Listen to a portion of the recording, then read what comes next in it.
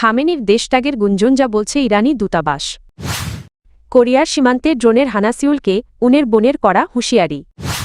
পাকিস্তান কেন বাংলাদেশ সহ অন্য দেশে F-17 যুদ্ধবিমান বিক্রি করছে? ভেনেজুয়েলা নিয়ে ট্রাম্পের জোয়ালাপ কাদের? ফিলিস্তিনিদের সোমালিল্যান্ডে পাঠানোর পরিকল্পনা করছে ইসরায়েল। সরকার বিরোধী বিক্ষোভে উত্তাল ইরান। অর্থনৈতিক সংকট, উচ্চ মূল্যস্ফীতি ও বেকারত্বের প্রতিবাদে দেশটির বিভিন্ন শহরে বিক্ষোভ চলছে। এমন পরিস্থিতিতে একটি আন্তর্জাতিক গণমাধ্যমে দাবি করা হয় ইরানের সর্বোচ্চ নেতা আয়াতুল্লাহ আলী খামেনি দেশ ছাড়ার প্রস্তুতি নিচ্ছেন। তবে এই দাবি দৃঢ়ভাবে প্রত্যাখ্যান করেছে ভারতে অবস্থিত ইরানি দূতাবাস। এক বিবৃতিতে দূতাবাস জানায়, খামেনির দেশত্যাগের খবর সম্পূর্ণ মিথ্যাভিত্তিহীন ও বিভ্রান্তিকর। তারা বলেছে, ইসরায়েলের সঙ্গে 12 দিনব্যাপী যুদ্ধের সময়ও খামেনি দেশ ছাড়েননি। ফলে চলমান বিক্ষোভের কারণে তিনি পালিয়ে যাচ্ছেন, এমন দাবি অসত্য। দূতাবাস এ ধরনের তথ্যকেশত্রু রাষ্ট্রগুলোর অপপ্রচার বলে উল্লেখ করে নিন্দা জানিয়েছে। এদিকে ভারতীয় গণমাধ্যম এনডিটিভিকে দেওয়া সাক্ষাৎকারে কয়েকজন ইরানি নাগরিক বলেন, মূল্যস্ফীতি একটি বড় সমস্যা হলেও তারা খামেনির বিরোধী নন।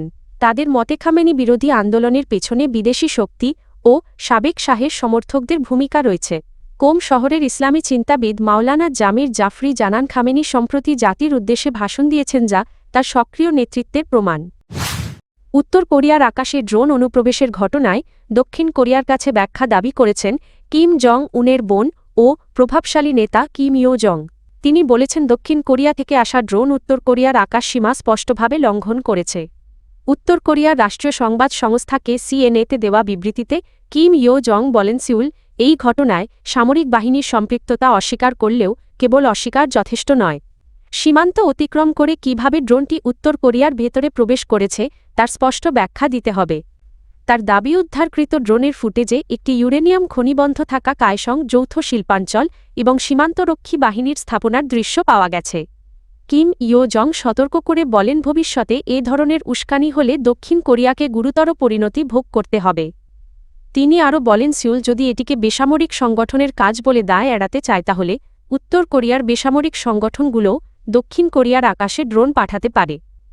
এদিকে অভিযোগের পর দক্ষিণ কোরিয়ার প্রেসিডেন্ট লি জে-মিউং ড্রোন অনুপ্রবেশের বিষয়ে তদন্তের নির্দেশ দিয়েছেন। নতুন বছরের শুরুতেই বাংলাদেশ ও পাকিস্তানের বিমান বাহিনীর মধ্যে প্রতিরক্ষা সহযোগিতা নতুন মাত্রা পেয়েছে। বাংলাদেশ বিমান বাহিনীর প্রধান air chief marshal Hasan Mahmud খানের সঙ্গে বৈঠকের পর পাকিস্তান জানিয়েছে, তারা বাংলাদেশকে স্থানীয়ভাবে উৎপাদিত F-17 থান্ডার যুদ্ধবিমান বিক্রির সম্ভাবনা বিবেচনা করছে।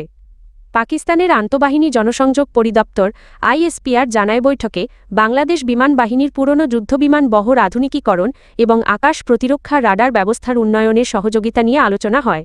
একই সঙ্গে দ্রুত সময়ের মধ্যে সুপার মুশাক প্রশিক্ষণ বিমান সরবরাহের আশ্বাস দেওয়া হয়েছে।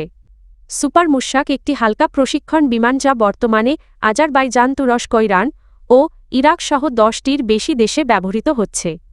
এদিকে রয়টার্স জানিয়েছে, পাকিস্তান ও সৌদি আরব প্রায় $2 বিলিয়ন সৌদি ঋণকে F-17 যুদ্ধবিমান চুক্তিতে রূপান্তরের বিষয়ে আলোচনা করছে। পাশাপাশি লিবিয়ার সশস্ত্র গোষ্ঠীর সঙ্গে সম্ভাব্য বড় অস্ত্র চুক্তির খবরও প্রকাশ পেয়েছে। তবে এসব চুক্তি এখনও আনুষ্ঠানিকভাবে নিশ্চিত করেনি পাকিস্তান। বাংলাদেশ এখন পর্যন্ত কেবল F-17 কেনার আগ্রহ প্রকাশ করেছে।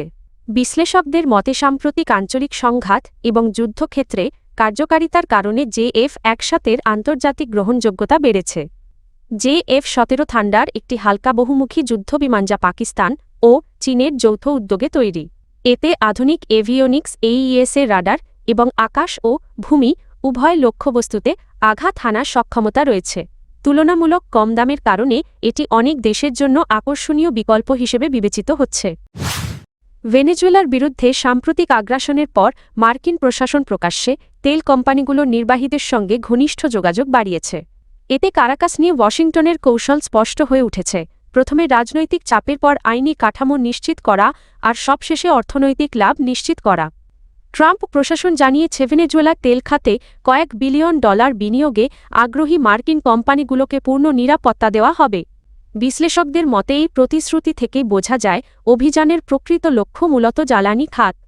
সমালোচকদের ভাষ্য অনুযায়ী, ভেনেজুয়েলার প্রেসিডেন্টকে আটক করার মতো পদক্ষেপ মার্কিন জনগণের জন্য জ্বালানির দাম কমানোর উদ্যোগ নয়, কিংবা দেশটির সার্বভৌমত্ব পুনর্গঠনের প্রচেষ্টাও নয়। বরং এটি রাষ্ট্রীয় শক্তি ব্যবহার করে প্রাকৃতিক সম্পদকে কর্পোরেট স্বার্থের জন্য নিয়ন্ত্রণে আনার একটি উদাহরণ। ভেনেজুয়েলা বিশ্বের অন্যতম বৃহৎ তেল সম্পদে সমৃদ্ধ দেশ, যেখানে প্রমাণিত তেল মজুত রয়েছে ৩০০ বিলিয়ন ব্যারেলের বেশি। তবে জ্বালানি বিশেষজ্ঞদের মতে রাজনৈতিক ঝুঁকি নিয়ন্ত্রণে থাকলেই এই সম্পদ আন্তর্জাতিক বিনিয়োগকারীদের কাছে লাভজনক হয়ে ওঠে। বিশ্লেষকদের দাবি, যুক্তরাষ্ট্র ও ভেনেজুয়েলার দীর্ঘদিনের টানাপোড়েনের কেন্দ্রে রয়েছে তেল নিয়ন্ত্রণ। ট্রাম্পের প্রথম মেয়াদে যুক্তরাষ্ট্র সমর্থিত বিরোধী নেতা হুয়ান গুইদো ভেনেজুয়েলার তেল খাত বিদেশি বেসরকারি কোম্পানির জন্য উন্মুক্ত করার ইঙ্গিত দিয়েছিলেন। এ ধরনের উদ্যোগ ভেনেজুয়েলার দীর্ঘদিনের রাষ্ট্রনিয়ন্ত্রিত সমাজতান্ত্রিক জ্বালানি নীতির সঙ্গে মৌলিক পরিবর্তনের ইঙ্গিত দেয় বলে মনে করছেন বিশ্লেষকরা। সোমালিয়ার প্রতিরক্ষামন্ত্রী আহমেদ মোয়ালিম ফিকি অভিযোগ করেছেন, ইসরায়েল গাজার ফিলিস্তিনিদের সোমালিল্যান্ডে স্থানান্তরের পরিকল্পনা করছে। আল জাজিরাকে দেওয়া এক সাক্ষাৎকারে তিনি বলেন, এ বিষয়ে সোমালিয়ার কাছে নিশ্চিত তথ্য রয়েছে এবং এমন কোনো উদ্যোগ বাস্তবায়িত হলে তা আন্তর্জাতিক আইনের গুরুতর লঙ্ঘন হবে। ফিকি জানান, এই আশঙ্কা দীর্ঘদিন ধরেই ছিল, যদিও ইসরায়েল তা বারবার অস্বীকার করে আসছে। সম্প্রতি ইসরায়েল প্রথম দেশ হিসেবে আন্তর্জাতিকভাবে অস্বীকৃত সোমালিল্যান্ডকে স্বীকৃতি দেওয়ার পর এই বিতর্ক আরও তীব্র হয়েছে। ১৯৯১ সালে সোমালিয়া থেকে বিচ্ছিন্নতার ঘোষণা দিলেও এখনও জাতিসংঘ সোমালিল্যান্ডকে স্বীকৃতি দেয়নি। ইসরায়েলের পররাষ্ট্রমন্ত্রী গিদিয়ন সার দাবি করেছেন, সোমালিল্যান্ডকে স্বীকৃতি দেওয়ার সঙ্গে ফিলিস্তিনিদের জোরপূর্বক স্থানান্তরের কোনো সম্পর্ক নেই। সোমালিল্যান্ড কর্তৃপক্ষ এ অভিযোগ অস্বীকার করেছে। তবে সোমালিয়ার প্রেসিডেন্ট হাসান শেখ মোহাম্মদ আগেই দাবি করেছিলেন, সোমালিল্যান্ড ইসরায়েলের ৩টি শর্তে সম্মত হয়েছে: ফিলিস্তিনিদের পুনর্বাসন, এডেন উপসাগরের উপকূলে একটি সামরিক ঘাঁটি স্থাপন এবং ইসরায়েলের সঙ্গে সম্পর্ক স্বাভাবিক করতে আব্রাহাম চুক্তিতে যোগ দেওয়া। সোমালিয়ার প্রতিরক্ষামন্ত্রী নেতানিয়াহুর কাছে সোমালিল্যান্ডের কূটনৈতিক স্বীকৃতি প্রত্যাহারের আহ্বান জানিয়ে বলেন, সোমালিল্যান্ড সোমালিয়ার অবিচ্ছেদ্য অংশ এবং এর স্বীকৃতি দেশটির সার্বভৌমত্বের ওপর সরাসরি আঘাত। ফিকির অভিযোগ, ইসরায়েল দীর্ঘদিন ধরেই অঞ্চলভিত্তিক বিভাজনের কৌশল অনুসরণ করছে এবং মধ্যপ্রাচ্য ও আশপাশের অঞ্চলকে খণ্ডিত করে নিয়ন্ত্রণ প্রতিষ্ঠার চেষ্টা চালাচ্ছে।